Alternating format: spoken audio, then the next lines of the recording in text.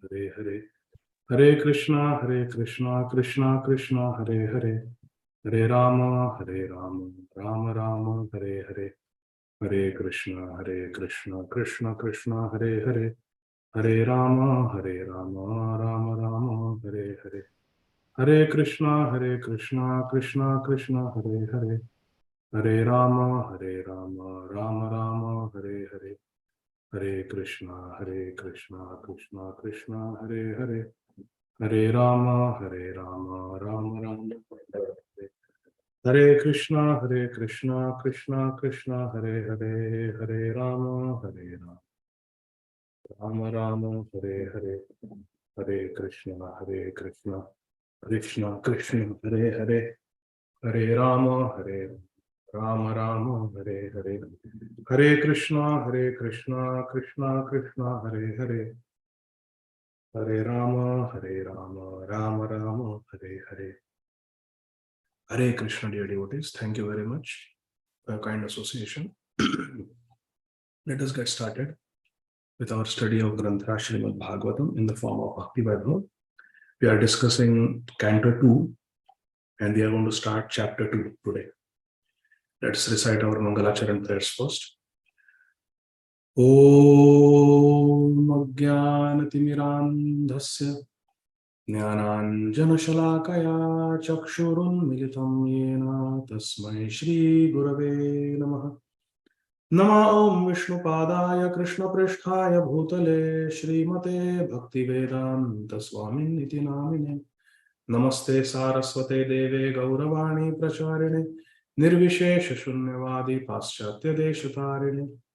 Jai Shri Krishna Chaitanya Prabhu Nityananda Shri Advaita Gadādhara Srivasadi Gaura Bhakta Vrinda.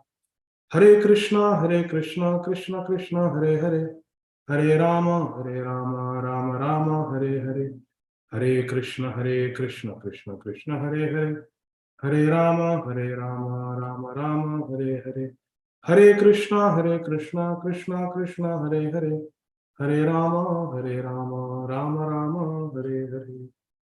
Hare Krishna.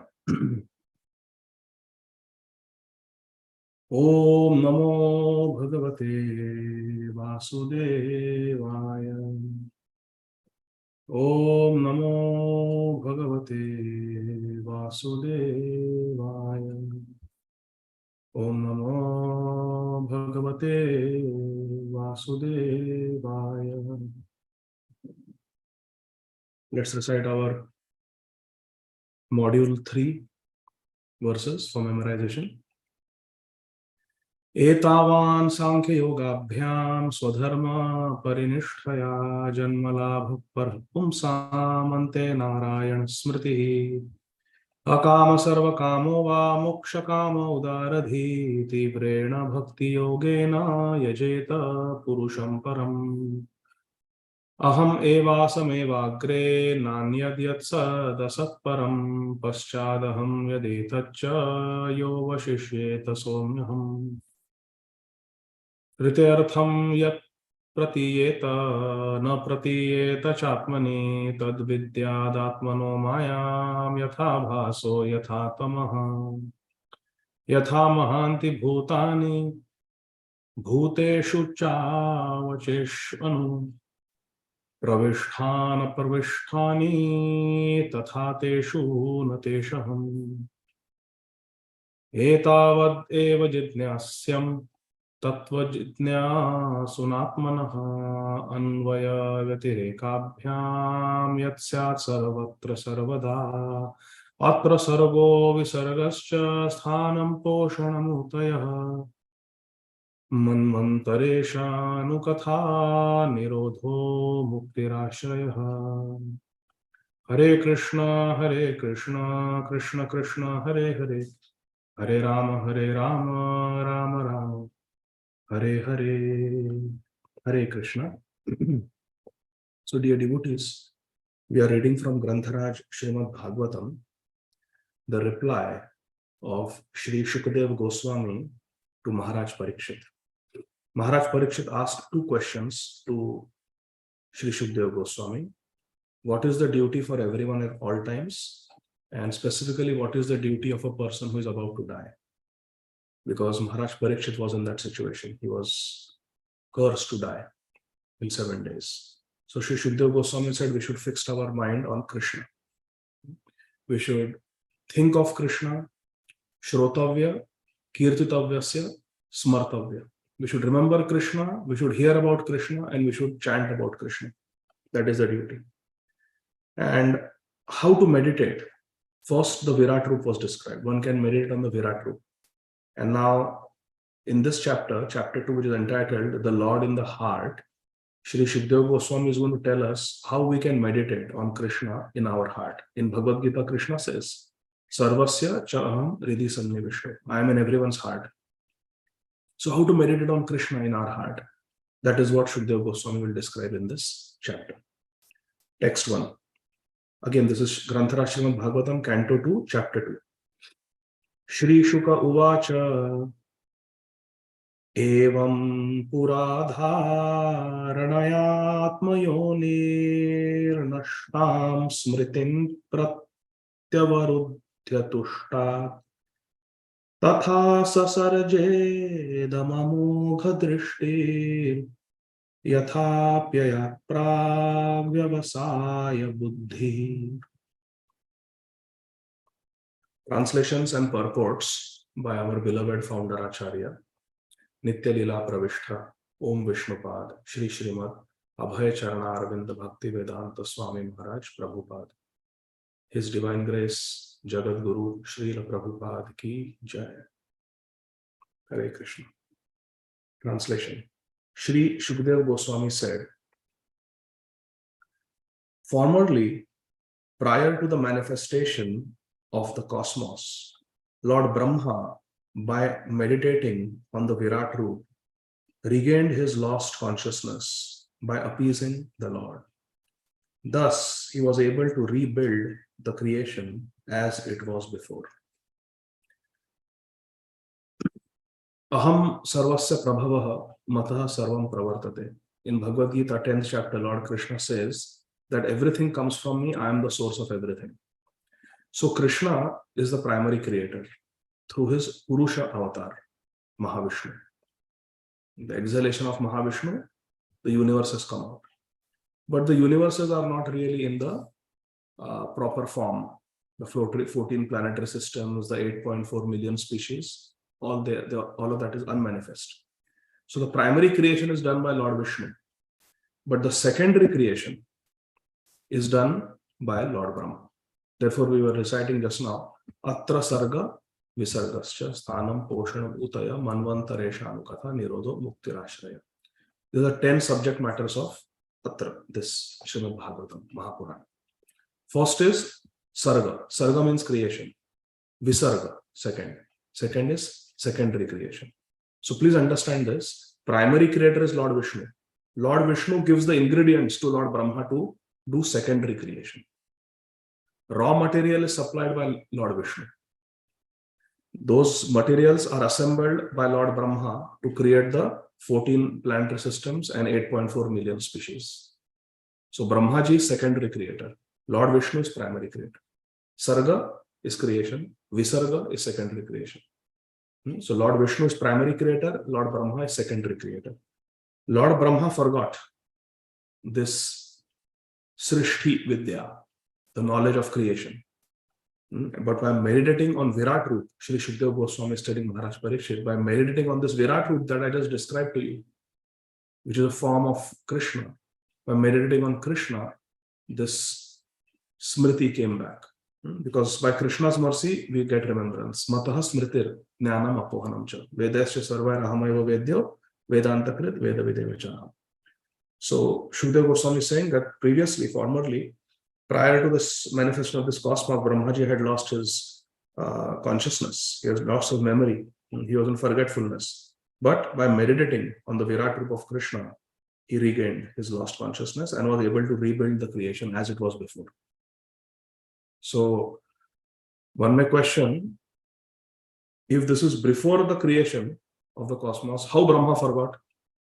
And if he forgot, then how he can meditate on the Virat Roop?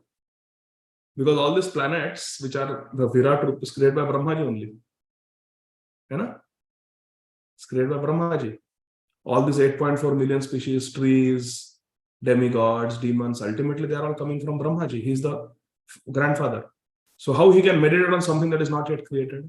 So it's there in the verse. Thus he was able to rebuild creation as it was before. Means previously he had done it. It was there. But he forgot how it was done. Like we sometimes forget our password. We have only created the password. We have used it previously, but now we forgot. So he pressed the forgot password button and Krishna helped. Krishna sent him the Tene Brahma Hridaya link. He sent the reset link. Tene Brahma Hridaya Ādi Kavai. Purport. So here Srila Prabhupada is saying, the example cited herein of Sri Brahmaji is one of forgetfulness. Brahmaji forgot. And Brahmaji is the incarnation. He is a Guna avatar in charge of Rajoguna. So there are 3 Guna avatars. Krishna has many types of avatars. Krishna has Leela avatars like Lord Ramachandra. Krishna has Purusha avatars like Karanadaksha Vishnu, also called as Mahavishnu, Garbhodaksha Vishnu, Kshirodaksha Vishnu. These 3 are the Purusha avatars. Krishna has Manvantar avatars. They come in every Manvantar. Krishna has Yuga avatars. They come in every Yuga. Satya Yuga, Treta Yuga, Dwapar Yuga, Kali Yuga. Krishna has Guna avatars. Brahma, Vishnu, Mahesh. In charge of Rajogun is Brahmaji. In charge of Tamogun is Lord Mahesh or Lord Shiva, Shankar Bhagwan. And in charge of Sattvagun is Lord Vishnu himself. So these 3 are the Guna avatars, in charge of 3 gunas, Sattvagun, Rajagun, Tamagun. In this way, there are different types of incarnations of Krishna.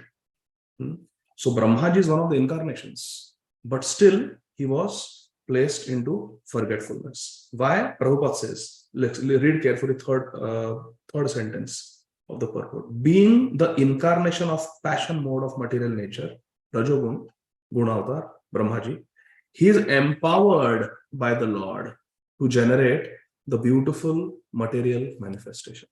So there is Shakti Avesh in Brahma. Krishna invests his potency in Brahmaji. And by that, he is able to create. Because a Brahma can be a Jiva like us. Through evolution, through progressive development, through purity, a Jiva has the potential to rise up to the level of Brahma within the material realm. So because Brahma, after all, is a Jiva, he is prone to forgetfulness. Prabhupada is explaining. Yet, due to his being one of the numerous living entities, please read the 4th sentence. Yet, due to Brahma's being one of the numerous living entities, he is apt to forget the art of his creative energy. One of the numerous living entities means because Brahmaji is a Jiva, he can also fall into forgetfulness. The kingdom of God, means Vaikuntha, is unlimited. Further down, few sentences down in the purport, Prabhupada says something very beautiful. The kingdom of God is unlimited. Therefore, the number of assisting hands of Krishna are also unlimited. Just meditate on this sentence for a second. It is so beautiful. See, the kingdom of God is unlimited. Krishna is Ananta, his Vaikuntha is Ananta. Therefore, the number of assisting hands of Krishna are also unlimited. Prabhupada is saying Krishna is Ananta, he is unlimited, and with unlimited hands he is assisting us. Isn't that beautiful? Krishna assisting us to come back to him. But who are these hands of Krishna? Let us read. Bhagavad Gita 13.14 asserts that Lord has his hands, legs, eyes, and mouths in every nook and corner of his creation. This is the words that Advaita Acharya was bewildered about. Everywhere are his eyes, hands, legs. So that is a description of Paramatma. As Kshirodaksha Vishnu, he is Sarvavyapi. He is present everywhere. So everywhere are his hands, legs. This means, please listen carefully, this means that the expansions of differentiated parts and parcels called jivas or living entities are assisting hands of Lord Krishna. And all of them are meant for rendering a particular pattern of service to the Lord. So all the jivas are Krishna's assistants, and they are meant to do some seva. And they are actually assisting us also in remembering Krishna, either through anukulta or pratikulta. When someone is anukul for bhakti, they encourage us, chalo chalo bhajan karo, come on, chant Hare Krishna. They are assisting us. And sometimes someone is pratikul to us, they are unfavorable to us, and that also makes us realize, oh, this world is dukkha life. I don't want to be here. This place is not for gentlemen and gentle ladies. I want to go back. So whatever it is, everyone is assisting us to go to Krishna. That is the vision of Srila Prabhupada. The conditioned soul, even in the position of Brahma, forgets this by the influence of illusory material energy generated out of false egoism. Even Brahmaji, it is possible that Krishna's energy, Maya Shakti, may bewilder even Brahmaji, because he is a jiva. In Jaiva Dharma we saw, because of the quality of minuteness of the jiva, because it is infinitesimal, can get overwhelmed by the Bahiranga Shakti of Krishna. One can counteract such false egoism by invoking God consciousness. Krishna consciousness is the answer, how we can escape from this bewilderment of Maya. Now listen carefully. Liberation means getting out of the slumber of forgetfulness and becoming situated in the real loving service of Krishna, as exemplified in the case of Brahmaji. Brahmaji is engaged in Krishna's service. So he's a pure devotee. Liberation is never inaction, but service without human mistakes. Last sentence, very beautiful, poetic. Prabhupada is saying, liberation is never inaction. Liberation does not mean we stop doing anything. Bas, shanti, shanti, shanti. No. For a devotee, liberation is never inaction, but liberation is service without human mistakes. How beautiful is that? There are 4 types of human mistakes. Srila Jiva Goswami writes in the Sandarbhas, and Prabhupada also quotes. We have 4 defects. Like we have defective senses, we have a tendency to cheat, we make mistakes, we become illusioned. Those are the 4 defects of a human being, conditioned soul. So what is liberation? Liberation means service to Krishna without these 4 mistakes, which means liberation means to serve Krishna in the Swarup, in the perfected spiritual body, where these 4 defects don't exist. Haribol. Prabhupada explained liberation here.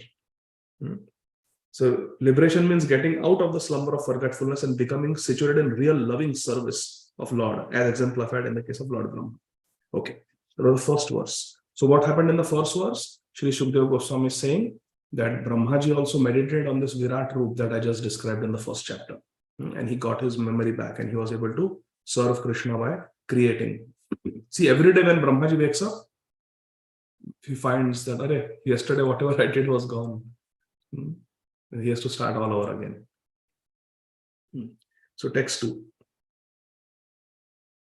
Shabdasya hi brahmana esha pantha yannam abhirdhyayati dhir apartai paribhramam statra vindate arthan maya mayeva sanaya shayana.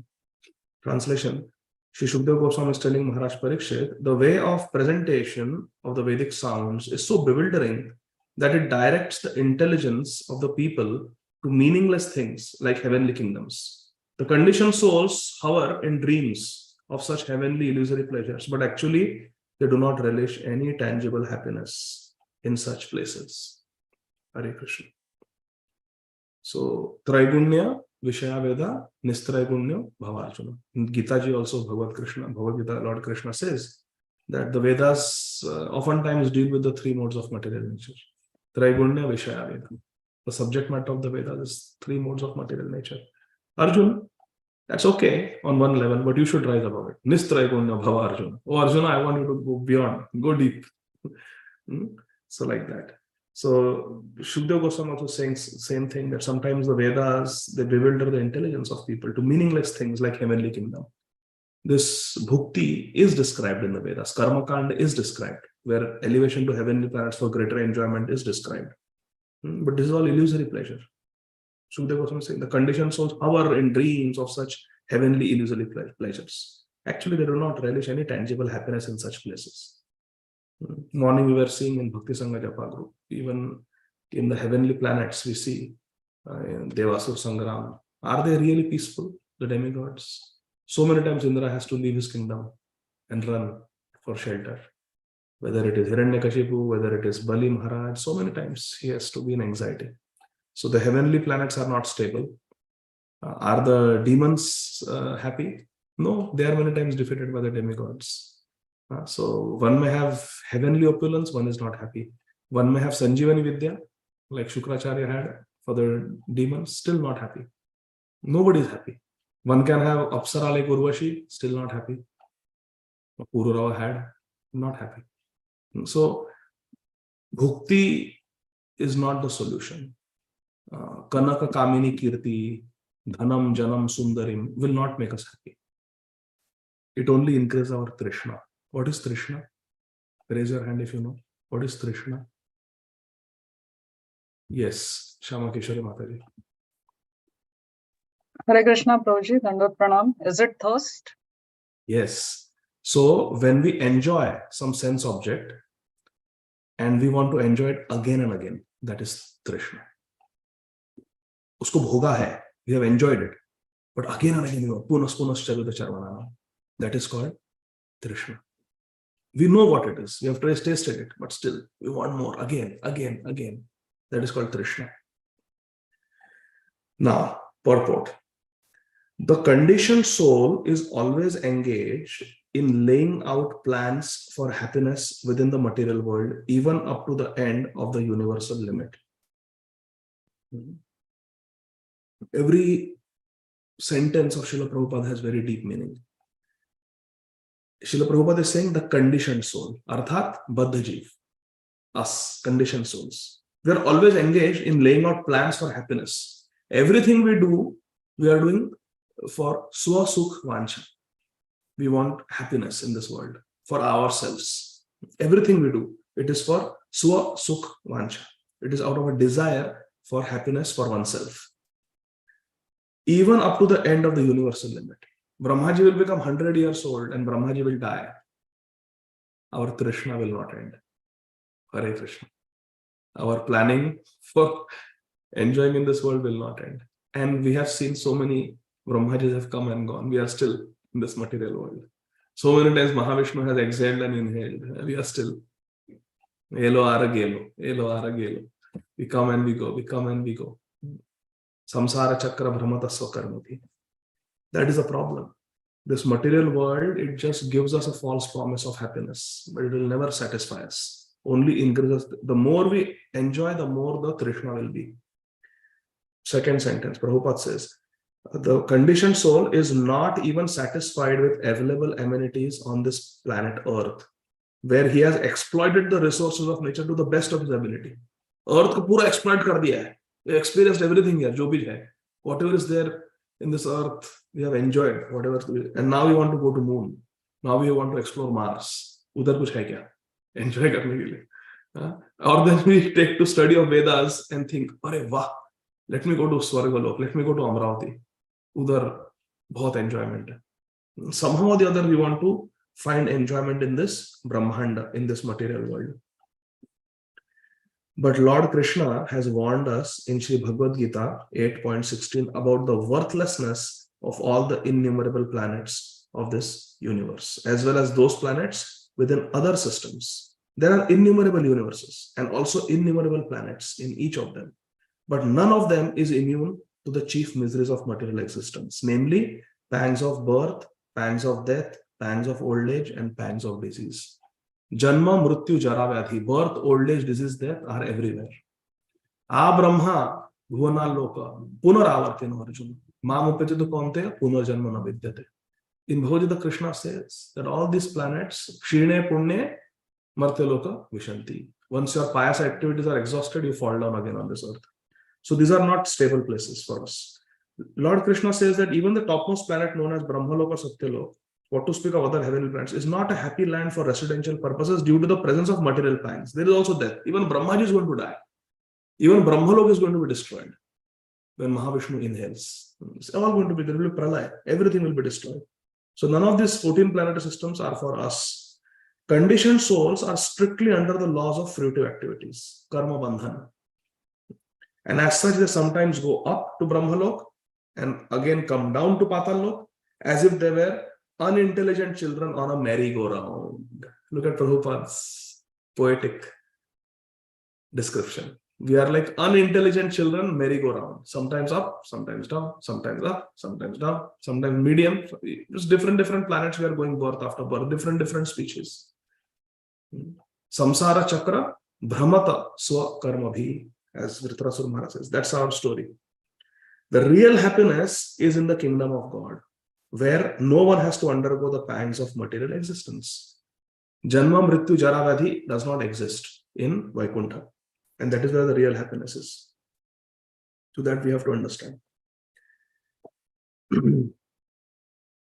Prabhupada says further down that one should prepare himself for going back home, back to Godhead. That is real intelligence, to want to go to Krishna. Then we go to verse number 3. Ata kavirna masuyavadartha syad apramatto vyavasaya buddhi siddhyanyarthe nayate tatatra parishramam tatra samikshamana. This Vyavasaya Buddhi is coming again. It was in the first verse also, and it is there in Bhagavad Gita. Vyavasayatmika Buddhi ekeha kurunandana bhaushakhyanantascha buddhayo avyavasayam. And also Bhoga Aishwarya Prasaptanam Taya Parita Chetasam Vyavasayatmika Buddhi Samadho na vidhiyate. So that Vyavasayatmika Buddhi, one-pointed intelligence, is very much required for spiritual life. We have to be focused, absorbed. Third verse, translation. For this reason, the enlightened person should endeavor only for the minimum necessities of life while in the world of names. This is a world of names. Namasu. This world of names. Things have different names, but they are just names. They are not the Vastava Vastu. He should be intelligently fixed and never endeavor for unwanted things. Sri Shukdev Goswami is telling us, we should not endeavor for unwanted things. Being competent to perceive practically that all such endeavors are merely hard labor for nothing. Parishramam. This is parishram. It's all be lost. We work hard, accumulate material things, but mrityu sarva haras chaham. Lord Krishna says in Bhagavad Gita, in the form of death, everything is taken away. Mrityu sarva haras chaham. Everything will be taken away by Krishna in the form of death. Therefore, an intelligent person makes investments where things will not be lost. Neha vikarmanashasti pratyavayana vidyate. Swalpamapyasa dharmasya trayato mahto bhayat. A real person, intelligent person, will invest in dharma. And what is dharma? Savaikum samparo dharma ito bhakti radhokshaja. Real dharma is Krishna bhakti. That investment will never be destroyed. Purport. The Bhagavad Dharma or the cult of Srīmad Bhāgavatam is perfectly distinct from the way of fruitive activities. What does this mean? Raise your hand. Are you paying attention? Quickly, by the count of 3. Who understood? Yes, Kirtana Sundari Mataji. Please go ahead. Hare Krishna, Prabhu. So this says that the Bhagavad Dharma, that Srīmad Bhāgavatam is perfectly distinct from the way of fruitive activities, means that Srīmad Bhāgavatam rejects all the apadharma, chala dharma from the second verse of Srīmad Bhāgavatam, where we understand. Correct. And fruitive activity specifically refers to karma kanda. Karma kanda, yes. Bhagavatam doesn't talk about Mataji. Yesterday Prabhupaji was not sounding well. Today you are sounding congested. So please take care. Yes, Prabhu. Thank you. Hare Krishna. The Bhagavad Dharma, Srīmad Bhāgavatam teaches Bhagavad Dharma. This is Vaishnava Dharma, as we were saying in Jaiva Dharma yesterday. Bhagavatam teaches Vaishnava Dharma. It is perfectly distinct from Karma Kanda, fruitive activities, which are considered, Karma Kanda is considered by devotees to be merely a waste of time. It is Shrama eva, na utpade yadi ratim, Shrama eva hi kevalam. If our activities don't arouse love, rati for Krishna, Vishwaksena Kathal, then it's just Shrama eva hi kevalam. It is simply hard labor. Further down in the purport, Srila Prabhupada writes, those who are captivated by the illusory advancement of material civilization, following the way of phantasmagoria. This is a class of people. They are fascinated by material advancement. I know one such person, many such people actually, but they are fascinated. Have you seen the latest iPhone? You meet them and their conversation will be about the latest gadgets and technology. Did you get the latest software upgrade? Do you know the difference? Now we can do like this. Now we can do like this. Did you see the latest news? Hey, yeah, you don't read the latest. They want to be updated all the time. They want to be abreast with the latest and the greatest, but all material. What is the use? After 1 year, all that latest is gone. It has no value. But you are so absorbed in that. Instead, if you focus that time on Srīmad Bhāgavatam, Chaitanya Charitamrita, chanting Harinam, serving the devotees, serving Krishna, you will reap eternal benefit. That is the real swartha. But nate vidhu swartha gatim hi Vishnu. Prahlad Maharaj says people don't know what is the real swartha. So those who are captivated by illusory advancement of material civilization are certainly madmen. Prabhupada calls such people who are absorbed in material things madmen. The whole material creation is a jugglery of names only. See, this is very beautiful, so please pay attention. Prabhupada is saying the whole material creation is a jugglery of names only. He's president. Hey, he's CEO. Hey, I am Ivy League educated. I am this, I am that. This is all jugglery of words. How, when you're standing in front of Yamraj, is Yamraj going to differentiate what your GPA was, or what your SAT score was, or whether you had a retirement home, or whether you are living in an apartment? You had multiple homes, rental properties. Does it matter how much money you have? When you are standing in front of Yamraji, only Bhagavad Dharma will work. Dharma to Sakshat Bhagavad Paranta. What Krishna has told, have you followed or not? Not followed, punishment. Doesn't matter. So these are all names, and people are crazy about these names. The whole my Guru Maharaj, Srila Radhanath Swami Maharaj, was giving a class, and he was saying something very nice. He was saying all these things are like zeros. Nuclear weapon is a zero. GDP of a country is a zero. All the military power is a zero. All the latest educational qualifications, in the ultimate sense, don't think I am myself educated, we are all educated, we all work. I'm not saying in the Laukik sense, they are useless. In the Laukik sense, they are required, useful, and we do.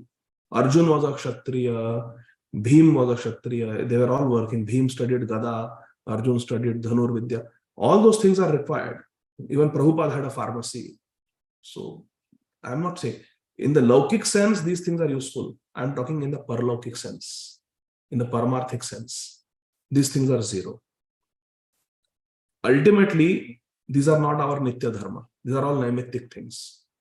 For some reason, we have to do it, and now we are in this material world.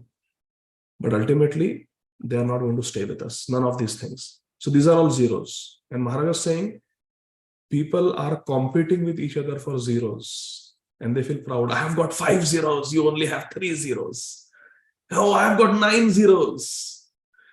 And countries are waging wars because they want a zero.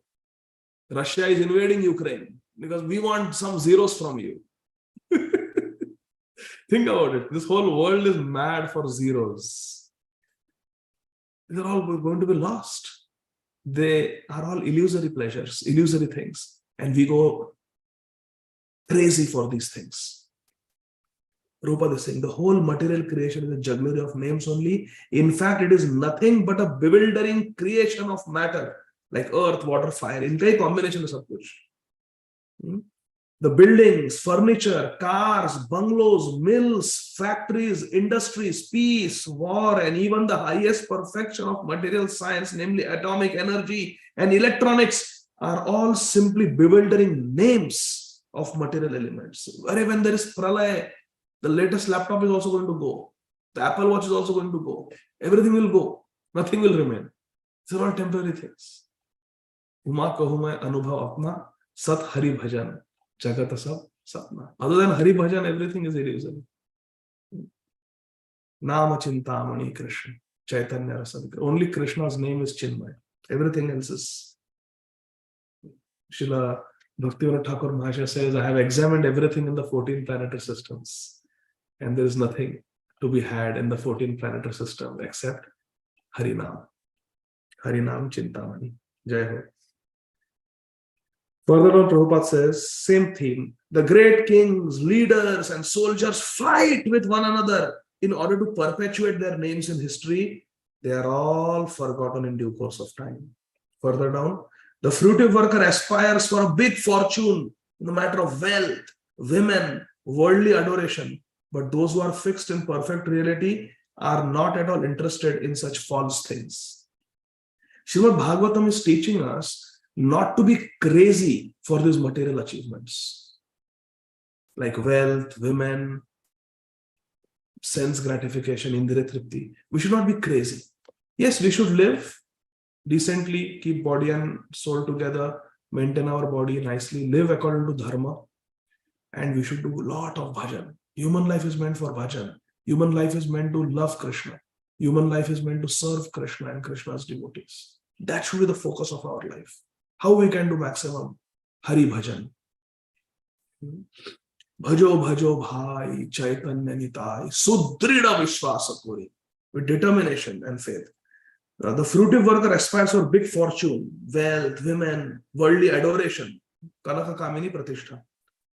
But those who are fixed in perfect reality are not at all interested in such false things. For them, it is all a waste of time, Prabhupada is saying. It is waste of time. Since every second, please listen carefully now. Since every second of a human life is important, every second, not minute, every second is important. Hare Krishna, Krishna Krishna, Hare Hare, Hare Ram, Ram Ram, Hare Krishna, Krishna Krishna, Hare Hare, Hare Ram, Ram Ram, Hare Hare. Since every second of human life is important, an enlightened man should be very careful to utilize time very cautiously. We should not waste time. Shantir avyartha kalatvam. We should be very careful with our time. We should not waste time. See what Prabhupada is saying. We should utilize the time very cautiously. 1 second of human life wasted in the vain research of planning for happiness in the material world can never be replaced, can never be bought back, even if we spend millions of coins of gold. Not millions of dollars. Millions of gold coins bhi diye, 1 second we cannot get back. Think about it. With all due respect, very, very great personality materially, Steve Jobs. But when Steve Jobs, he had a lot of money, millions of dollars, he was popular, he was a great man, and he had access to the best healthcare. With all the best health, medical care, all the money, all the popularity, could he say to his pancreatic cancer, "Ek mahina aur de do mere ko"? No. JFK, President JFK, president of the most powerful country. When death came, he didn't get 1 second. Could he order as the commander-in-chief of the US military force? Could he say, get me 1 minute extra. I want to have a last word with my wife. Or I want to talk to my children once. No. Cruel death will take away everything. Except our bhajan. See, today morning we discussed the story of Kutch. So much he went through for 1,000 years. One curse, everything was lost.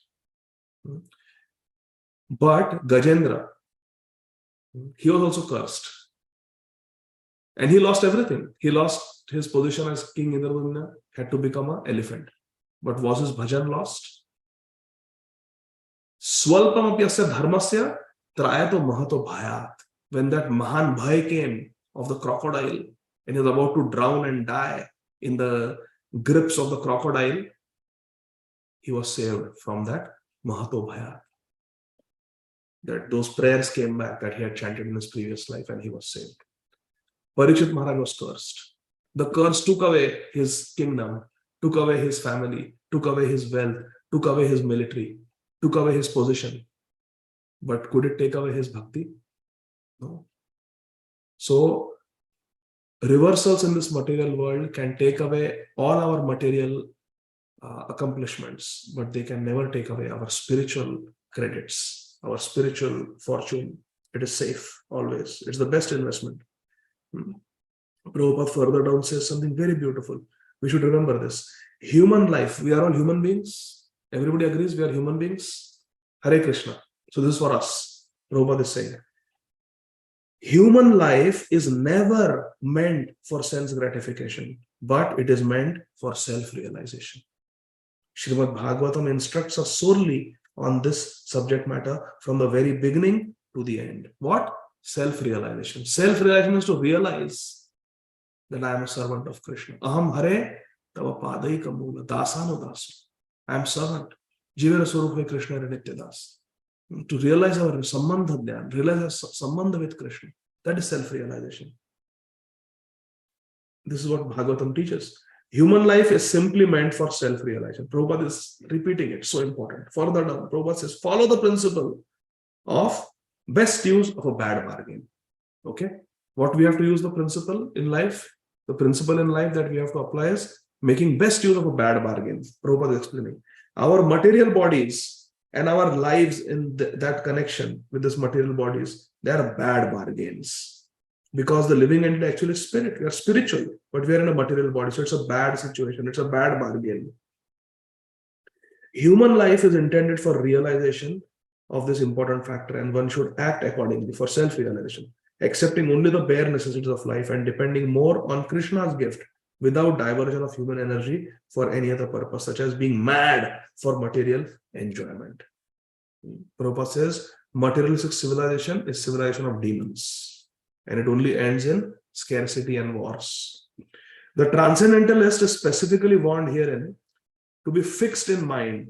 Transcendentalist means the devotees. We are all on the path of transcendence. This is for us. We have to be fixed in our mind so that even, please listen carefully, we have to be fixed in mind so that even if there is difficulty in plain living and high thinking, we will not budge even an inch from stark determination that I want to become self-realized. I want Krishna. No matter what happens in life, we should not give up the same. For a transcendentalist, it is suicidal policy to be intimately in touch with sense gratifiers of the world. Asat sanga tyag ei Vaishnavachar. Prabhupada is saying, it is suicidal to be intimately in touch with sense gratifiers of the world, because such policy will frustrate the ultimate gain of life. Shri Shukdev Goswami met Maharaj Parikshit when Maharaj Parikshit felt a necessity for such a meeting. You see, we will not get sadhu in our life unless and until we are willing to give up the association of those who are not interested in Krishna Bhakti.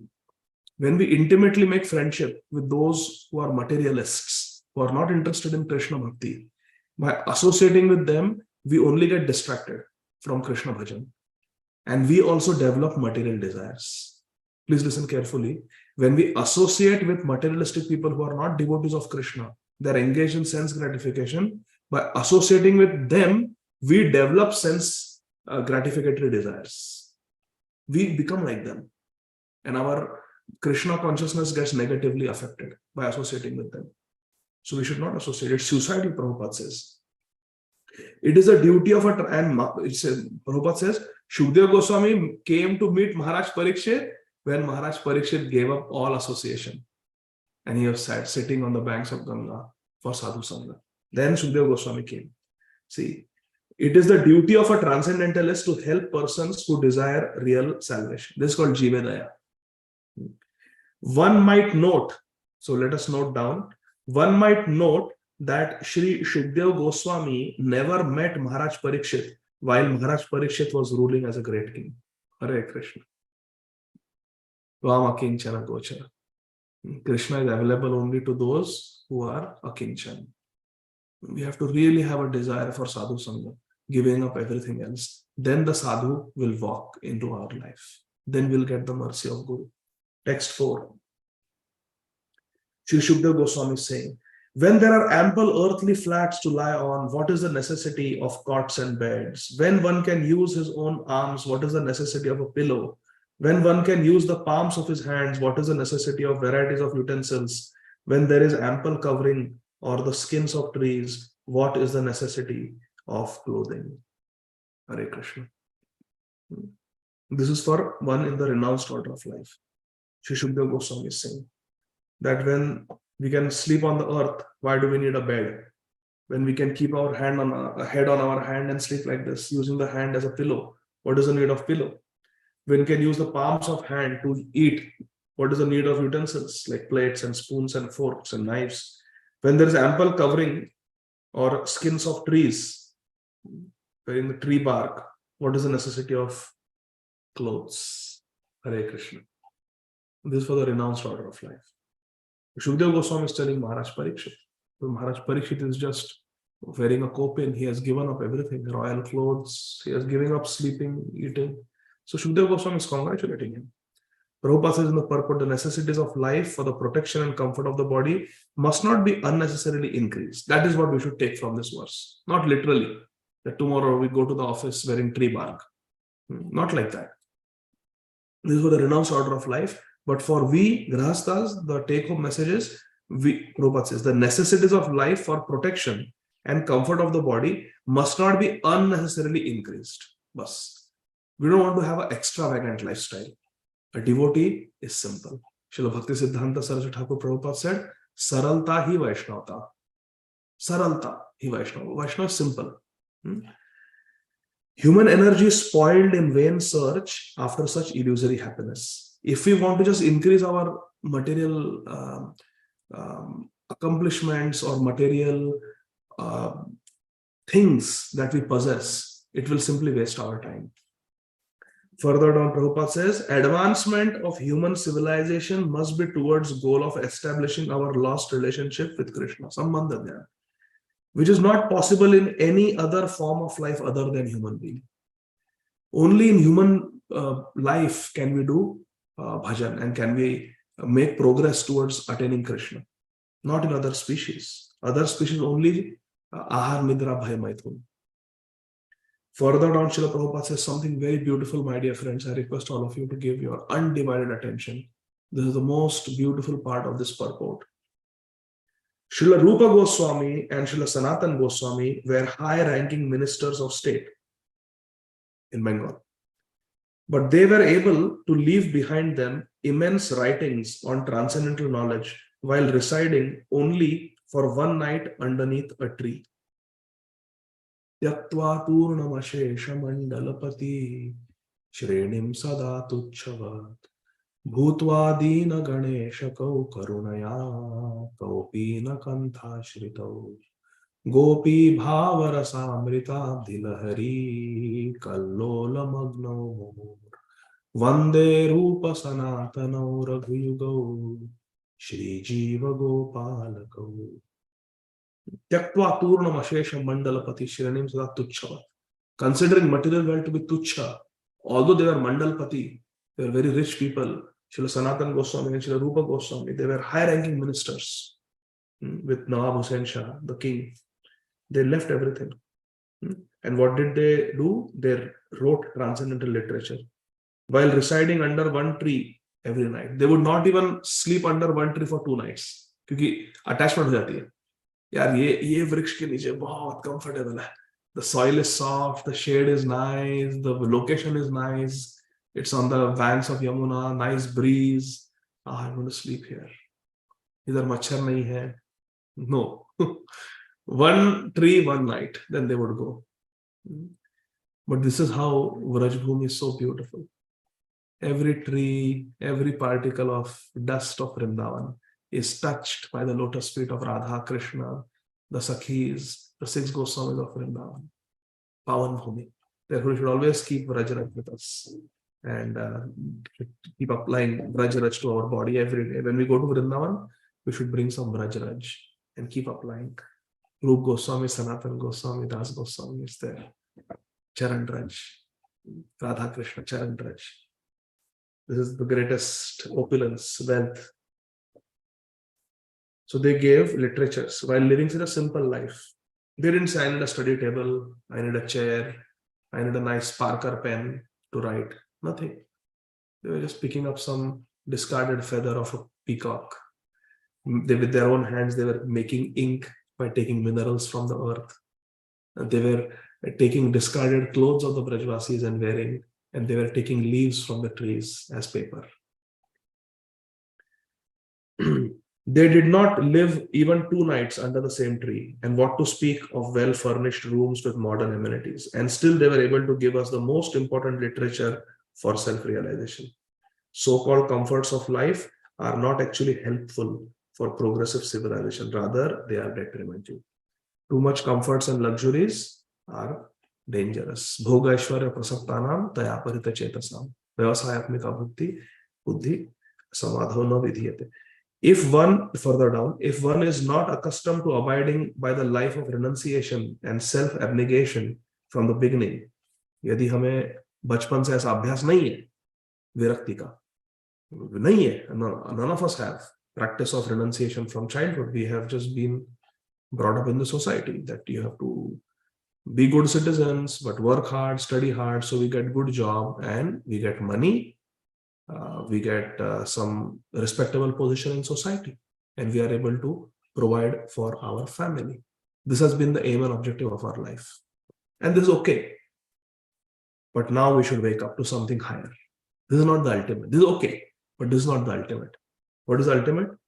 And so now that we are not used to life of renunciation from the beginning of our life, one should try to get into the habit at a later stage of life, as recommended by Srila Shukdev Goswami, and that will help one to achieve the desired success.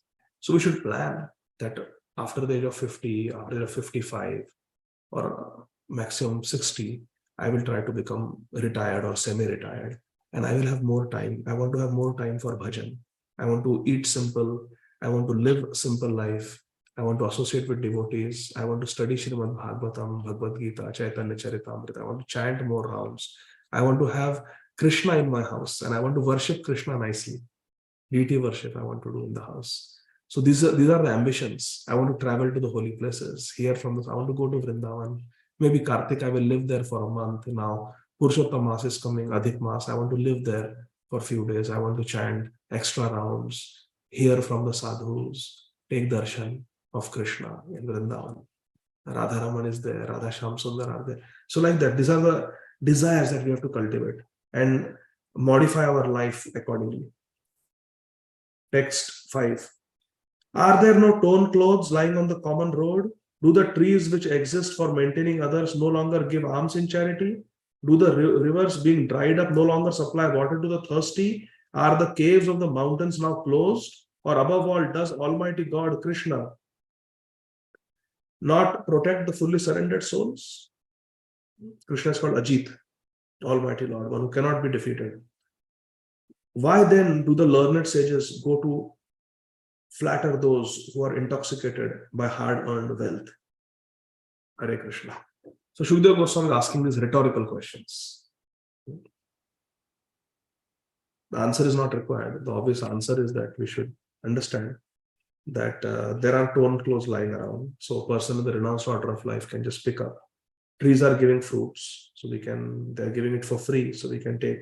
Rivers are giving water for free. Caves are still available in the mountains, and Krishna is always there to protect the devotees. So therefore, those in the renounced order of life should not go to flatter, maska marne ke liye, to flatter those who are vishayi, those who are intoxicated with money, hard-earned wealth. So these are the instructions for those in the renounced order of life. Purport Srila Prabhupada says, the renounced order of life is never meant for begging or living at the cost of others as a parasite. Prabhupada says, renounced order of life means sannyasis, for example, they are not meant to live by begging and living at the cost of others as parasites. They are not parasites. The Prabhupada says, according to dictionary, a parasite is a sycophant who lives at the cost of society without making any contribution to that society. Who is a parasite? One who lives at the cost of others without making a contribution to them. Please listen carefully. This is very, very important. The renounced order is meant for contributing something substantial to the society and not depending on the earnings of the householders. On the contrary, acceptance of alms from householders by bona fide mendicant is an opportunity afforded by the saint for the tangible benefit of the donor. When a real sadhu goes to a householder and receives dakshina, then the householder is benefited by giving this charity, because he's giving it to a pure devotee. But the pure devotee, the sadhu, the mendicant who is in the renounced order of life, who is receiving dakshina, should give something substantial in return to the householder. And what is that substantial? Give Krishna. Give Krishna consciousness, which they don't have. The householders don't have. In Sanatan Dharma institution, giving alms, giving charity, giving dhan to the mendicant, mendicants means the sannyasi, is part of the householder's duty. It is duty of the grihastha to give dakshina to the vairagi, either vanaprastha, sannyasi, even brahmachari. And it is advised in the scriptures that the householder should treat these renounced order of life mendicants as children, provide them food, clothing, etc. Even without being asked. We should ask, Maharaj, you want this? Do you want this? We should ask, because they are real sadhus. Prabhupada warns, but pseudo-mendicants, means pseudo-sadhus, false, fake sadhus, therefore should not take advantage of the charitable disposition of the faithful householders. Which are householders, they are faithful, they want to do dan dharma. So somebody who is not actually a renunciate should not take advantage of the faithful householders by accepting charity without giving them something substantial in return, without contributing to their spiritual welfare. The first duty of a person in the renounced order of life is to contribute some literary work for the benefit of the human being in order to give him the realized direction toward self-realization. Dekho, we have to really understand this sentence very carefully. Now, please, everybody, don't feel sleepy. Give attention here, please. The first duty of a person in the renounced order of life is to contribute some literary work for the benefit of the human being in order to give him the realized direction toward self-realization. Who can explain this sentence? Very deep sentence. Who can take dakshina? Yes, Shamchandra Prabhu. Prabhu, what I understood is that here the hint is given at the preaching activities, which are in the form of publications and publications for spreading to masses in Krishna consciousness. Is that right? See, you read the sentence. Read the sentence. Yeah. Loudly. The first duty. Yes. The first duty of a person in the renounced order of life is to contribute some literary work. Bus. So literary work here could mean publications. Okay. Like, yeah. So the mendicant who is receiving dakshina from the householder should have contributed something literally. Some literature has to be contributed. Okay. Now, how that literature should be? Padho aage. For literary so work. for the benefit of human being, in order to give him realized. Stop. For the benefit of the human being. So that literature should spiritually benefit human beings. Correct? Right. Yeah. Now read. Now see what comes. In order to give him realized directions towards self-realization. So that means this is very subtle. Kya likhe Prabhupada ji? To give him realized direction in the book that they have written, the book that the sannyasi has written or the renunciate has written, should give realized direction towards self-realization. Matlab, only an anubhavi sant can write. See, realized direction. Give him realized. If the sadhu is not realized himself, what he will give? One who has walked the path, only that person can write. One who has some realization. Prabhupada ji likhe hai, dekhiye. Very important. Prabhupada's purports are Shastra. In order to give realized direction towards self-realization, Atma Sakshatkar ke disha mein, Anubhav has to be shared by an Anubhavi Sant. To give realized direction towards self-realization. Shamchandru, isn't that wonderful? So deep. So literature can be contributed, literature can be given by someone who is realized. It is not tugbandi. I think it may be like that. Let me just write an article. Aisa nahi. It is not like that. Someone who has done bhajan, someone who has spiritual realization can contribute and give realized direction for self-realization. Kitna deep hai ye? This is very deep. Give realized direction towards self-realization. So only a realized devotee, anubhavi devotee who has anubhav can write. Others cannot. And see the example that Prabhupada is giving. Amongst the other duties in the renounced order of life of Srila Sanatan Goswami, Srila Rupa Goswami, and other Goswami Vrindavan, the foremost duty discharged by them was to hold learned discourses amongst themselves at Seva Kunj, Vrindavan, the spot where Sri Radha Damodar temple was established by Srila Jiva Goswami and where the actually Samadhi tombs of Srila Rupa Goswami and Srila Jiva Goswami are laid. Hare Krishna. So, a sadhu, a renunciant who is receiving dakshina should give discourses. Should give discourses for the benefit of others. Should write literatures. And now see again, for the benefit, look here, for the benefit of all in human society, the Goswamis, Rup, Sanatan Goswami, Jiva Goswami, they left behind them immense literatures of transcendental importance. So the literature should be of transcendental importance.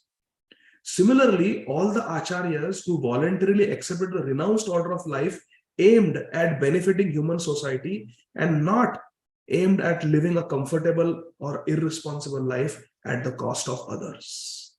Paropakarartham idam shariram. Human life is meant for paropakar, to help others. Bharat bhumite haila manush janma jar, janma sarthak kari kara paropakar. Mahaprabhu said. So this is very important. Now remember, this is for those in the renounced order of life who are receiving dakshina. If we are receiving dakshina, we should have contributed something substantial before we can receive dakshina. And contribution can be literary contribution or, Prabhupada says, holding discourses, learned discourses. But they can be done only to give realized direction towards self-realization. And realized direction can be given by a realized devotee. So that was the point that Srila Prabhupada is making. Further down, Srila Prabhupada says, the Supreme Lord Krishna is the maintainer of all living entities everywhere in the universe. Why then would he neglect the maintenance of a surrendered soul who is 100% engaged in the service of Krishna? So Krishna is maintainer of everyone. Krishna is maintainer of everyone. So why he will not maintain his own devotees? Ananyas chintayantamam ye jana paryupasate tesham nityabhuktanam yogakshamam mahamyam. Why Krishna will not take care of his own devotees? Of course he will take care. And Prabhupada gives a very wonderful example of Thakur Haridas, how he was maintained by Krishna and how nobody could harm him, not even the poisonous snake, because Krishna is there in everyone's heart. He inspired. So we don't have time, but very beautiful purport by Srila Prabhupada. The Prabhupada says the general rule is that a mendicant devotee will accept a simple small loincloth without asking anyone to give in charity. He simply salvages it from the rejected torn cloth thrown in the street. So clearly these instructions are for the renounced order of life. When he is hungry, he may go to a magnanimous tree which drops fruit. And when he is thirsty, he may drink water from the flowing river. He does not require to live in a comfortable house, but should find a cave in the hills and not be afraid of jungle animals. Keeping faith, avashya raksha Krishna. Krishna will protect. So like that. These are the traditional way of living of the sannyasis. But of course, in Kali Yuga, therefore sannyas vivarjayet. In Sri Chaitanya Charitamrita, Sri Chaitanya Mahaprabhu, while conversing with Chamkazi, quotes from the Puranic literatures. I forget which Puran it is from, Brihannaradya Puran, I think. Sri Chaitanya Mahaprabhu quotes this famous verse that Ashwamedha Gavalam Nam Sannyasam Palapaitrakam Devaranastutpatim Kalopancha Vivarjayet. In Kali Yuga, 5 things are to be given up, and one of them is sannyas. Because sannyas is not possible to follow in Kali Yuga. It is so difficult. We are seeing the duties of sannyasi. Very difficult. In 7th chapter, 7th canto, Shripad Narad Muni also tells Maharaj, Prahlad Maharaj, about the duties of a sannyasi. And if you read this, Shripad Narad Muni says it is better a sannyasi goes naked, doesn't wear any clothes. It's there in 7th canto. You can see. So, 13th chapter, I think. So this is very difficult. Sannyas life is very difficult in Kali Yuga especially. Not possible to follow. Therefore, it is said that one should not take sannyas in Kali Yuga. And in our sampradaya, there is no sannyas. Up to the point of Srila Bhakti Siddhanta Saraswati Thakur Prabhupada. None of the Goswamis took sannyas. Nobody took sannyas in our sampradaya. But because we have to establish Daivi Varnashram. Srila Bhakti Siddhanta Saraswati Thakur Prabhupada, taking inspiration from previous acharyas who appeared in Kali Yuga, like Sripad Ramanujacharya, specifically Sripad Madhvacharya. Srila Bhakti Siddhanta Saraswati Thakur Prabhupada re-established the order of sannyas, kept a photograph, painting of Srila Gaur Kishore Das Babaji Maharaj, and he took sannyas. There was no sannyas guru for him, he took sannyas. And then continued. He gave sannyas to many disciples, and then Srila Prabhupada continued like that. So now we have sannyas in our movement, but it is a Daivi Varnashram, not the traditional Varnashram, because traditionally very difficult to follow in Kali Yuga. Sannyasi cannot light fire, sannyasi cannot wear shoes, sannyasi cannot live in a house in the city. So therefore, we are not strictly following the traditional Varnashram, but Daivi Varnashram. Daivi Varnashram is transcendental Varnashram, where Krishna is in the center. So like that. So this was the end of the 5th verse purport. So from 6th verse, we will continue tomorrow. And now it goes pretty fast. So how many verses are there in this chapter? Okay, around 40. No, 37. Okay. So maybe in 2 classes, we should be able to finish this chapter also. Second canto will go a little fast because most of the basic concepts have been covered in the first canto. So first canto we went slow, second canto will go a little fast. So, okay, so I will stop here. Granthara Srimad Bhāgavatam ki jai, Jagat Guru Srila Prabhupada ki jai. Jai Gaur Hari Bol. Okay, Shama Kishori Mataji, please go ahead. Then Mukta Sangha Prabhu, then Bhagavati Vasudha Mataji. We'll only take 3 questions today. Hare Krishna, Prabhuji, Dandat Pranam. Thank you very much for the wonderful class. So, Prabhuji, verse text 4 in the purport, it says self-abnegation. What does that mean? Self-abnegation means opposite of self-aggrandizement. So self-aggrandizement में खुद की बढ़ाई करना या खुद को बहुत अच्छे से comfortably रखना. And self-abnegation means to negate, to reduce one's requirements, one's demands, bodily demands, and to make things simpler and simpler and humbler for oneself as time goes by. So it's humility? Humility and simplicity of living. Simplicity, reducing the facilities, reducing bodily requirements, like Srila Raghunath Das Goswami. First, he used to take prasadam, remnants of Mahaprabhu, Sri Chaitanya Dev. Then he would just beg at the Simhadwar. Then he would beg from the market. Then he would take from the discarded place where the animals ate. And then he would only every 3 days take some buttermilk, like that. So, self-abnegation, slowly, going deeper and deeper, more into bhajan and less into sense gratification. Okay. Thank you, Prabhuji. And I had one question from yesterday's class. Is it okay to ask? Yes, Mataji. Hare Krishna. So, Hare Krishna. So yesterday, Prabhuji, you were talking about how in the spiritual world, there is only the present tense. And Chidkal. Sorry? Chidkal. Chidkal. And what I've heard is in Vaikuntha, different pastimes are going on. So, you know, in some planet, Krishna is a baby. In some planet, he is 16 years old. So yesterday, I think you mentioned that he is only 16 years old. He is only youth. Where we go, where our acharyas are there, in that realm of Golok Vrindavan, Krishna is Nava Yavanam. He's with Radharani. Yes. He has the Radha Krishna past. That's our meditation.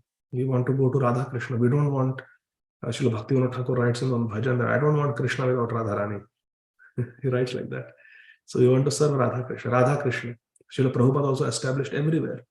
Radha Govinda in Brooklyn, Radha Madhav in Mayapur, Radha Sham Sundar in Vrindavan, Radha Ras Bihari in Vrindavan. Prabhupada never established just Krishna. So our meditation in our sampradaya, Aradhya Bhagwan Vrajeshatame Stadhama Vrindavanam Ramya Kachid Upasana Vrajavadu. We are upasaks of Radha Dasyam. That is our mood, that we want to serve Krishna under the guidance, under the ashraya of Radharani. Srila Prabhupada so many times said that we pray to Radharani, that Radharani, please engage me in your service, in the service of Krishna. Hare Krishna Mahamantra also is a call to both Radha and Krishna. Please engage me in your service. So half the Mahamantra is Radharani, half the Mahamantra is Krishna. Hare Krishna is Radha Krishna, Hare Ram is Radhika Raman. So how can we go where there are no pastimes of Radharani? Therefore, we don't want to go to Bhakti.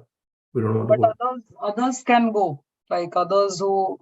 Yeah, those who are followers of Sripad Vallabhacharya, for example, and Pushti Marg, and they are worshipping Laddu Gopal.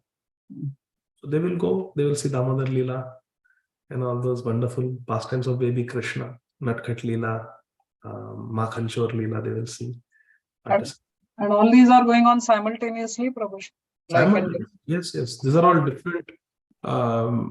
different prakosh in the Golok Vrindavan. Prakosh is one like a area or a room or a chamber. So in one prakosh, there is Bal Leela going on eternally, where Krishna is Bal Gopal, Laddu Gopal. Then another prakosh where we belong as Gaudiya Vaishnavas, most of us. Of course, some of us will be in Vatsalya Bhav, but most of us, we go to Golok Vrindavan, where Krishna is 15, 16 years old and Radharani is around 14 and a half years old. Krishna is 15 and a half, Radharani is 14 and a half. She's 1 year younger to Krishna eternally. And that's where we go, where there is Radha Kund, where there is Ras Leela. That's where all our acharyas are. Srila Bhakti Siddhanta Saraswati Thakur, who is Nayana Manjari, then Bhakti Vinod Thakur, Kamala Manjari. They all belong to that prakosh of Golok Vrindavan, where Radha and Krishna are together as Kishore Kishori. Srila Prabhupada established Kishore Kishori in Chicago. So that's where we go, like that. So therefore I said 16-year-old, because that's our meditation. Okay. Thank you, Prabhuji. Hare Krishna. Hare Krishna. Mukta Sangha Prabhu, I'm missing your association. Hare Krishna. Wonderful service, Prabhu. Prabhu, I have questions about this secondary creator of Lord Brahma. So I heard from many other preachers that we were also Brahma once, and then we fell down. If that is correct, then is there any reference for that? And secondary is Lord Brahma is Chaturmukh, and some other Brahma is 10 heads, 100 heads, 1,000 heads, million heads. Million heads also. Million heads, yeah. So I heard that. So where are these Brahmas? Different universes? Different universes. So our universe is very small. So our Brahma is very small. He's only Chaturmukh. There are other universes that are bigger than our universe. So there Brahmaji has 16 heads and 32 heads, like that. And this is mentioned in Chaitanya Charitamrita Madhya Leela. Sri Chaitanya Mahaprabhu tells like that in Rup Sanatan Shikha. And regarding all of us were Brahma, I don't know. I have not read that anywhere. So I had from ISKCON preachers, we were all Brahma and we fell down. So we can go back to Brahma, is that what they said? So we don't want to go back to Brahma. No, if we want to, like we were there, so we came back, we can go back, or we can go here. So what they said. So Prabhupada has written that every jiva has the potential to become up to Brahma. Brahmaji, generally the post of Brahma is occupied by a jiva. Sometimes Krishna himself becomes Brahma, but mostly it is a jiva. And in today's purport also we read, Prabhupada says because Brahma is a living entity, jiva, he can get into forgetfulness. So every jiva has the potential to become Brahmaji, yes. But whether all of us were Brahma at one point, I have not read from Prabhupada or any of our acharyas like that. So maybe it is true, maybe not, but I have not read or heard anything like that. Thank you, bro. Hare Krishna. Hare Krishna. Okay. And last question, Bhagavati Vasudha Mataji. Hare Krishna, Prabhuji. Thank you so much, Prabhuji, for this very nice class. Also, we were speaking about Krishna is helping us through unlimited hands to get us back home, back to Godhead. Those, and we were discussing those unlimited hands are like some demigods, Paramatma, what it is. And even jivas. Huh? Even jivas, different living entities. They're also helping us. Okay. And I read somewhere that now I understand Krishna has unlimited hands as demigods also, jivas, helping going back home, back to Godhead. But somewhere I saw demigods sometimes if they see some devotee is doing really sincere sadhana, they might even disturb them to put them down. So how to see the demigods? There are different types of demigods depending upon their consciousness. Sometimes they help, sometimes they disturb. So Prabhupada says, and Lord Krishna also says, that there is Daivi Prakriti and there is Asuri Prakriti. Two types of Prakritis are there. In Bhagavad Gita, Krishna says there is the divine and the demoniac. That whole chapter is there. The divine nature and demoniac nature. And Srila Prabhupada also in Krishna book and in many purports I have read, Prabhupada says there are only two types of living entities, demons and demigods. Either one is a demon or one is a demigod. So demigods are devotees of Krishna, but there are different levels of demigods based on their bhakti. Some are pure devotees, like Ganeshi, like Lord Shiva, and some are Karma Mishra Bhakta, like Indra, like Nalakuver, Manigriv. They were demigods, they were not Rakshas. But they were sense gratified, they were Karma Mishra Bhaktas. Of course, then they became purified. Nalakuver and Manigriv became purified. Indra also became purified. Indra became Maharaj Pratap Rudra. Nalakuver, Manigriv in Vrindavan became Snigdha Kantha and Madhu Kantha. So like that. But the demigods may be Karma Mishra Bhakta. So demigods don't create impediments. In fact, Srila Prabhupada writes that when someone becomes a devotee of Krishna, the demigods give all assistance, all help. Sometimes when we see that there are impediments placed by the demigods, like for Prithu Maharaj, Indra created impediments, that is simply Krishna's plan to glorify the devotee. Glorify the devotee. Of course, externally we see that Indra became envious, he became concerned about his own position, but ultimately it is only to bring out the glory of Prithu Maharaj. If Indra had not done all that, we would not hear about Prithu Maharaj so much. In Bhāgavatam, so many chapters describe the glories of Prithu Maharaj. And it is largely because the reversals that he went through. First, when he was born, everything was unfavorable because previously Vena had ruled and he had created such a problem. Earth had stopped giving grains and everything. And later on, Indra became envious, created so many obstacles. So like that. So demigods, Prabhupada has clearly written that they offer all help to a Vaishnava. So we should see demigods as fellow devotees. And we should see them as more advanced than us. And they are very dear to Krishna. They are serving Krishna in a very empowered way, which we cannot even imagine. Krishna has this whole world created directly through him and through Brahma, and they are assisting in the universal affairs. So it's a very serious, very responsible service they are doing for Krishna. And they are more advanced than us. When we do yajna, Krishna doesn't come directly, but when Indra does yajna, our Brihad Bhagavatam describes, Srila Sanatana Goswami says, every time Lord Vishnu comes, directly gives darshan to Indra.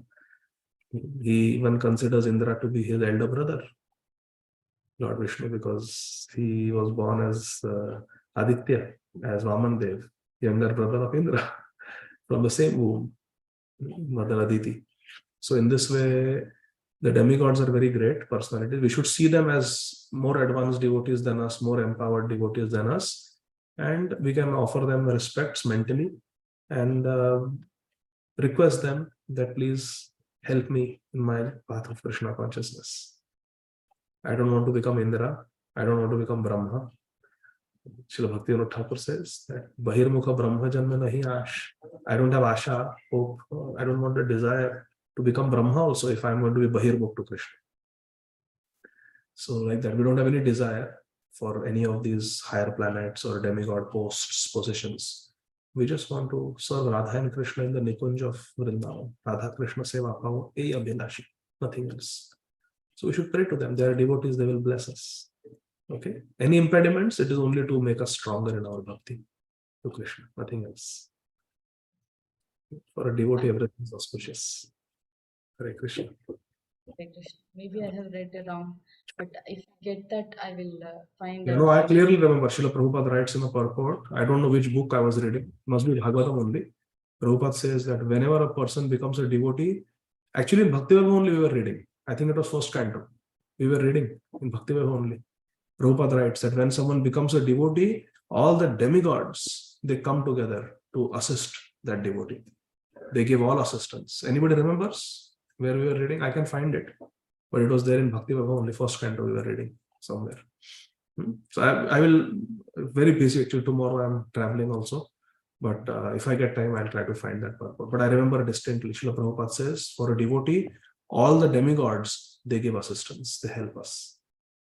And actually in Padyavali, Srila Rupa Goswami writes a verse, this is a very beautiful verse, that when a jiva becomes a pure devotee, Brahmaji starts dancing. See, suppose now when a child does very well in the exam, comes in the merit list or gets into IIT or some, Ivy League university, it's a matter of great pride for the parents, right? The parents so happy, so proud. My child got into IIT, isn't it? So imagine how happy Brahmaji will feel, who is the grandfather of the universe, when one jiva is on the way to Vaikuntha. He says, from my universe, one jiva is going back to Godhead. So in Padyavali, Srila Rupa Goswami writes a verse that when a jiva starts chanting Hare Krishna, Brahmaji starts preparing the Aarti plate for that jiva.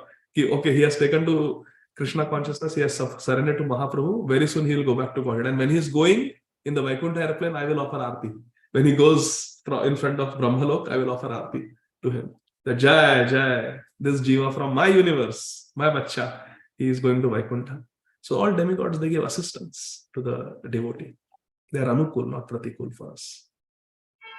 Okay, Yes, Hare Krishna. Hare Krishna. Hare Krishna. Okay, Mukta Sangha Prabhu, then Shamchandra Prabhu. Hare Krishna.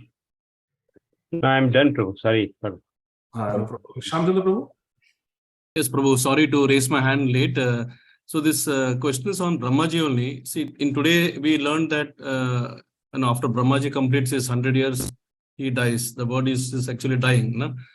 So what is the significance of Brahma's dying? I mean, because Brahma on one hand is Guna Avatar, and elsewhere we have read also that Brahma is a pure devotee. So Brahma, after he vacates the position, goes back to the eternal kingdom. Yes. So why are we using the word dying in that case for Brahmaji? Because because he keeps terminating his body also at his will. In his own Leela also, several times he has terminated his body and then he has created himself. So what is this actual significance of Brahma's dying? I could not understand that. So Brahmaji, ultimately Brahmaji is also within this material universe, and Brahmaji dies, and his lifespan, just like we have a lifespan of 100 years in Kali Yuga, more or less, but now it is less because Kali Yuga has 5,000 years progressed, 80 years now approximately. So anyway, Brahmaji, according to Brahmalok standards, he lives for 100 years, and each year has 360 days, and we know the duration of his days also. So we know, so Brahmaji knows exactly his lifespan. He lives for 100 years, and that is Krishna's decision. Krishna has decided that Brahmaji will live for 100 years. And then Brahmaji dies. And Brahmaji goes back to Godhead. Prabhupada writes like that. And along with all the residents of Satyalok. And not just Prabhupada says, of course, Prabhupada and Bhagavatam are not different, but even Bhagavatam, there is a verse which says that Brahmaji goes with all the sadhus who are living with him in Brahmalok. They are all pure. They all go to the supreme abode when Brahmaji dies. So Brahmaji actually dies how we die. His lifespan is 100 years. And when Brahmaji dies, it is the end of the universe. So everything goes inside of Mahavishnu. It's the end of that universe when Brahmaji dies. When Brahmaji sleeps every night, there is partial pralaya. In the 12th canto of Srīmad Bhāgavatam, these 4 types of pralaya are described. There is Nitya pralaya. Every moment there is degeneration going on. Our cells are dying, we are becoming old. But then there is a pralaya, Mahapralaya, when Brahmaji dies, and that time the whole universe is destroyed. Everything is finished. Then again, when Mahavishnu exhales, there is new creation. Like that. That is the significance of Brahmaji's death. No, so then the question is, when all the inhabitants of Satyaloka are going to go back home, back to Godhead when Brahma leaves, then why do we say Brahma Bhuvana Loka, Punaravartana Arjuna? That means, but then if they are all going to go back to Godhead, why should they then come back again? Very, very nice point. So here Lord Krishna is saying that Brahma Bhuvana Loka Punaravartino Arjuna. Mam Mritu Kaunte Punarjanma Vidyate. So when Krishna is saying like that, that clearly means that maybe not all of them Sure. from Brahmalok. It is possible that some of them may even fall from Brahmalok.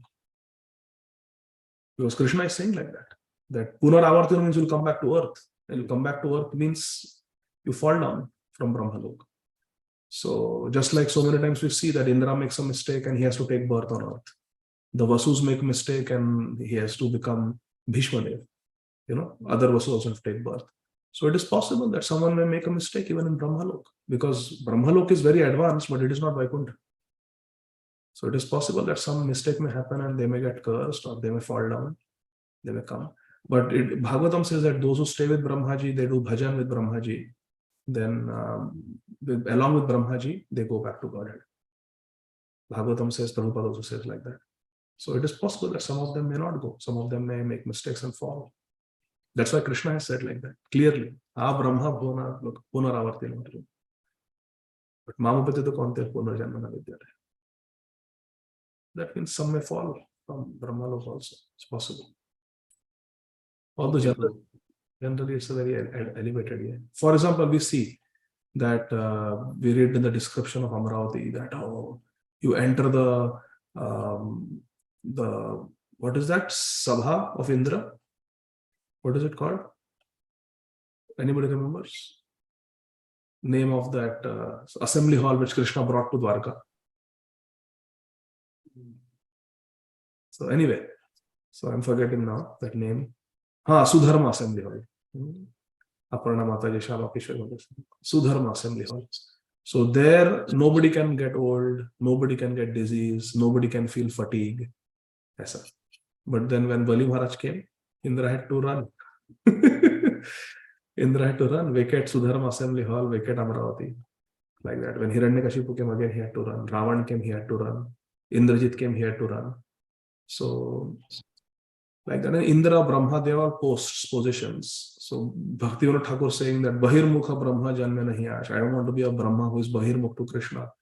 There, Prabhupada has explained it like that therefore it means that sometimes some Brahmas may not be devotees also, may not be pure devotees, like our Brahma. Our Brahma is pure devotee, is our Sampradaya Acharya, but possible sometimes because of material energy influence. So, these are all posts, positions. So, some fall down may happen. These are not persons, they are positions. So like that, we can take it. Okay, bro. Thank you so much. Hare Krishna. So I think let me quickly look at the chat. So, okay. So Aparna Mataji is saying that in the purport to Bhagavatam 1.19.18, Prabhupada says all demigods help the devotee. Then 1.19.18, Ajay Govind Prabhu also has said, a demigod takes pleasure in seeing someone go back to Godhead. He is always pleased with the devotee of the Lord so much that by his Adidevik powers, he may help the devotee in all respects. Then Bhagavati Vasudha Mataji has said, demigods place many obstacles on the path of those who worship you to transcend the temporary abodes of the demigods and reach your supreme abode. Those who offer the demigods their assigned shares in sacrificial performances encounter no such obstacles. So demigods may put obstacles, those who don't follow Krishna's orders. But because you are the direct protector of your devotees, he is able to step over the head of whatever obstacle the demigods place before him. This is from the 11th canto of Srīmad Bhāgavatam. So we saw an example of Prithu Maharaj, for example. Bhagavati, you see, Prithu Maharaj example. Obstacles were placed, but he stepped on the, all head of all obstacles. Finally, what happened? Indra offered Saksha, this Ashtang Dandavat Pranam to Prithu Maharaj. And Prithu Maharaj immediately picked him up and embraced. Actually, we had gone to Sadhu Sangha. You were not there. We went to Sadhu Sangha. My Guru Maharaj Srila Radhanath Maharaj spoke on this verse that Indra offers Dandavat Pranam to Prithu because he is embarrassed for his misbehavior. And Prithu Maharaj immediately picks him up and embraces him. And that's when Krishna comes. There appears, the Lord Vishnu comes. So yes, obstacles may come, like in the case of Prithu Maharaj, but a devotee is able to overcome. Shivam Sharma ji is saying, I have also many times heard in lectures, our first birth in material world is one of Brahma, and then we fall down from that position. I will try to find a source. I have never read anything like that. This confused me, Prabhuji. So now it's okay, Mataji? Okay. Thank you, everyone. Hare Krishna. Srila Prabhupada ki jai. Granthara Srimad Bhagavatam ki jai. Yeah. To all of you. Nitai Thank Gaur. you very much. Hare Hare Krishna.